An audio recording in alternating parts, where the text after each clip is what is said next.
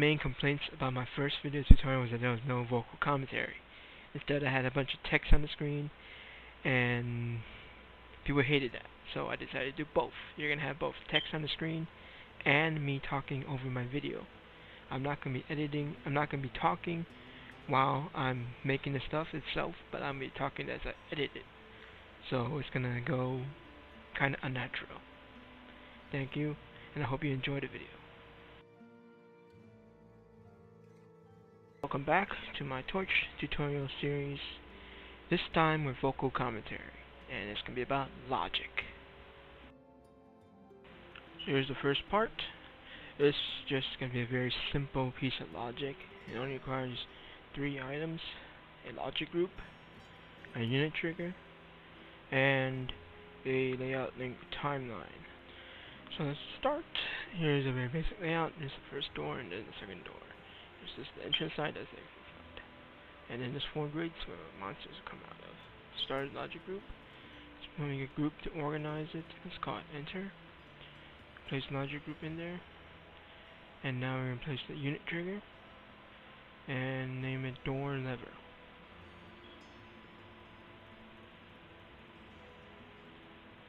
Now we'll move it to the location we want to put it. And now we're going to put the layout link timeline and call it a gate.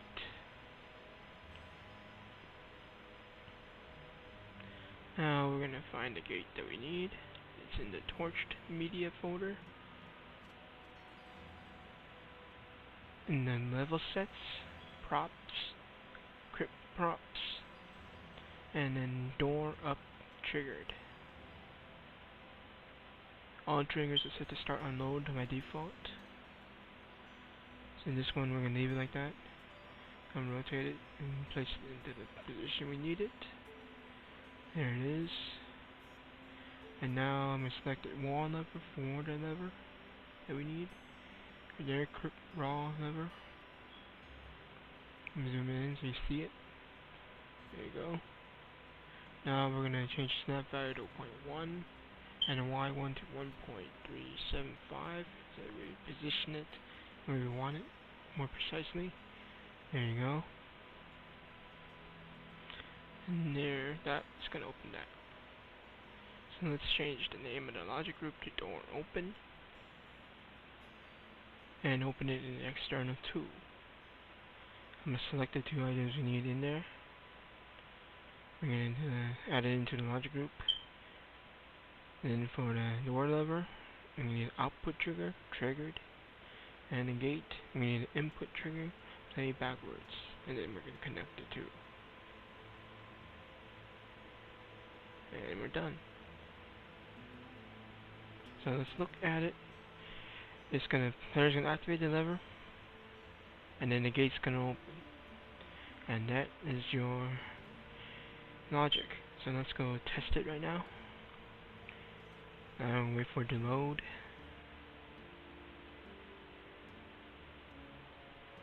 Yeah, load already. Come on, hurry up. Hurry up. There we go. Okay. There's everything we need. The gate's closed. The levers are there. Open it. The gate's open. Walk back and forth. Now back. And there you go, the first part. Part 2. This one is going to be a little more complex.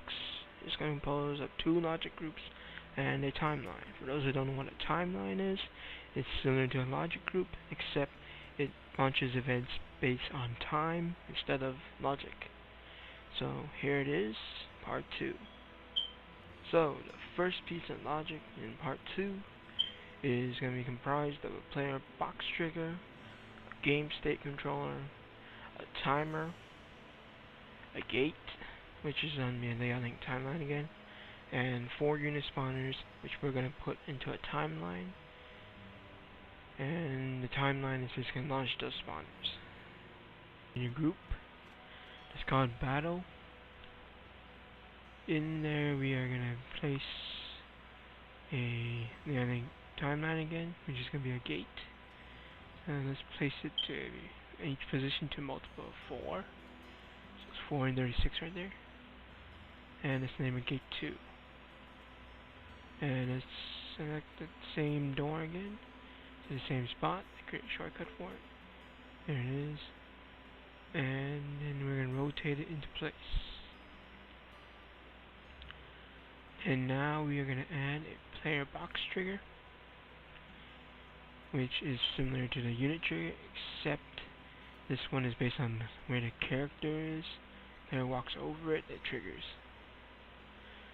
Okay, so let's move it. Oops, forgot to set snap back to 4. There we go. Now let's move it down next to the entrance door. Just slightly beyond the gate so the player can't touch it from the other side. Just around right there. Now we're going to make sure the person walks through it. We're going to change the X value to 10. There you go, no way around it. We're going to name it spawn trigger. And then there it is. It walks in, it triggers.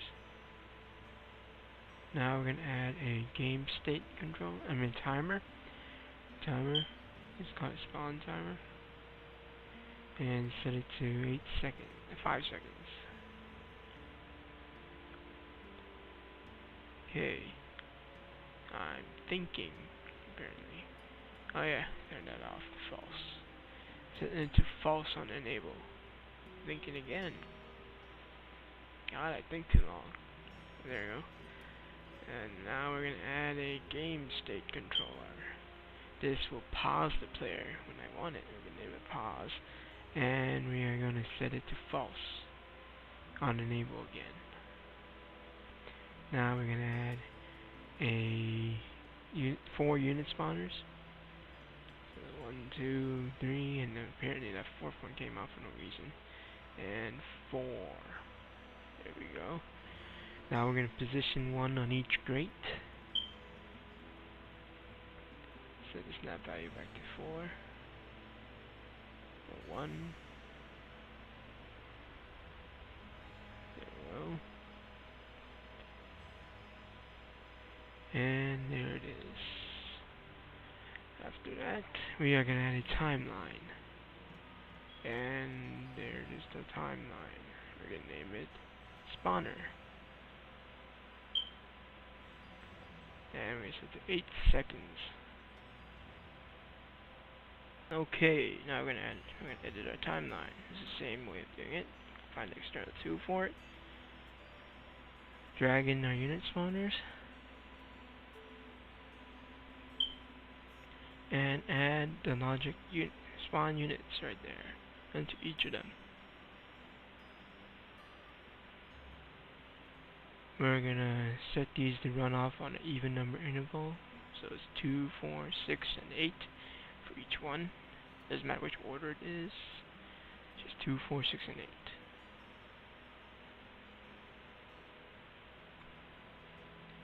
There it is.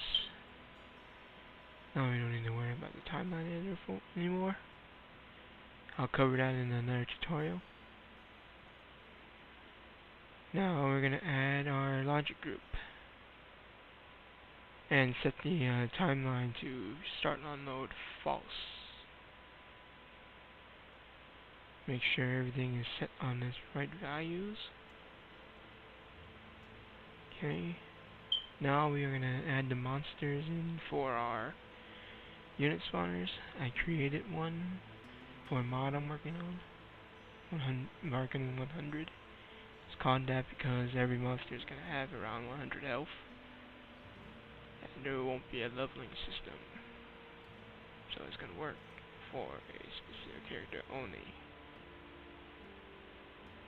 Okay, set it all. And make sure you set this to spawn on create false. Otherwise it'll just spawn right away and fuck up the whole thing.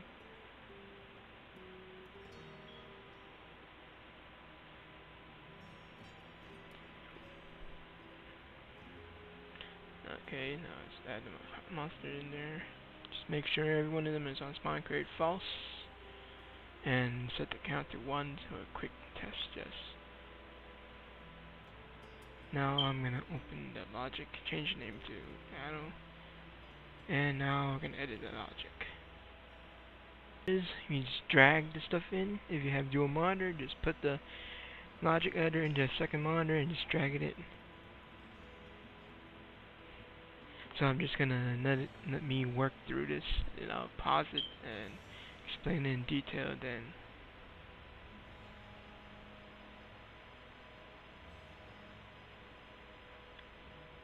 This one requires a little bit extra work on the logic. So now we're connecting the stuff. Now I'm gonna add an input for that, enable and activate.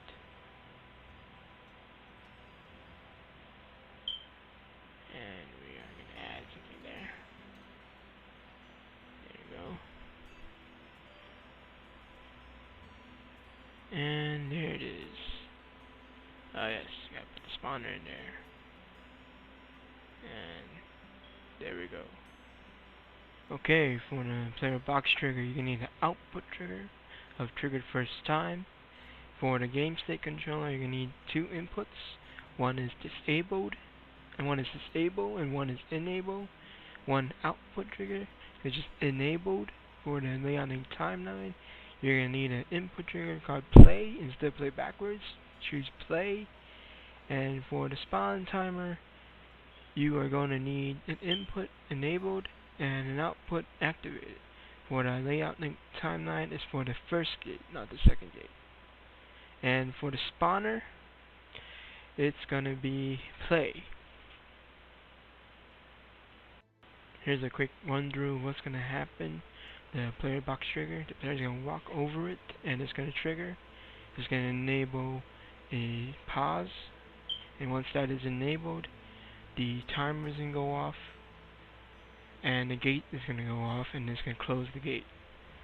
When the timer finishes, it goes off, and it's going to disable the pause and enable the spawners, which will spawn the 4 environments that we set at each gate. At the intervals of 2 seconds, 4 seconds, and 8 seconds, 1 environment will spawn at each time interval. Okay, part 2B. Escape. It's going to contain the existing 4 unit spawners and the existing gate number 2 and a new counter which we're going to add to that logic.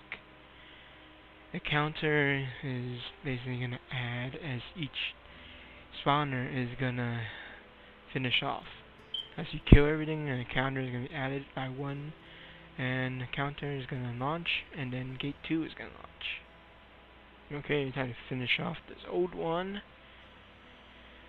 Close it already. Close it. Go, go, go.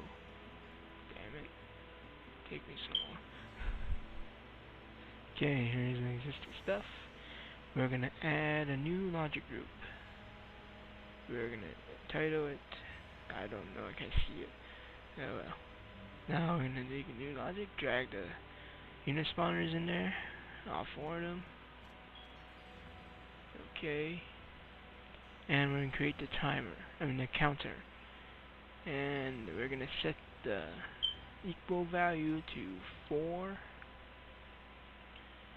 and set it to activate only once and true unenabled. Drag it in. Now I'm going to just place it to be nicer looking, and we're going to drag it in the gate number 2. Output, all monsters dead on all 4 of the unit spawners.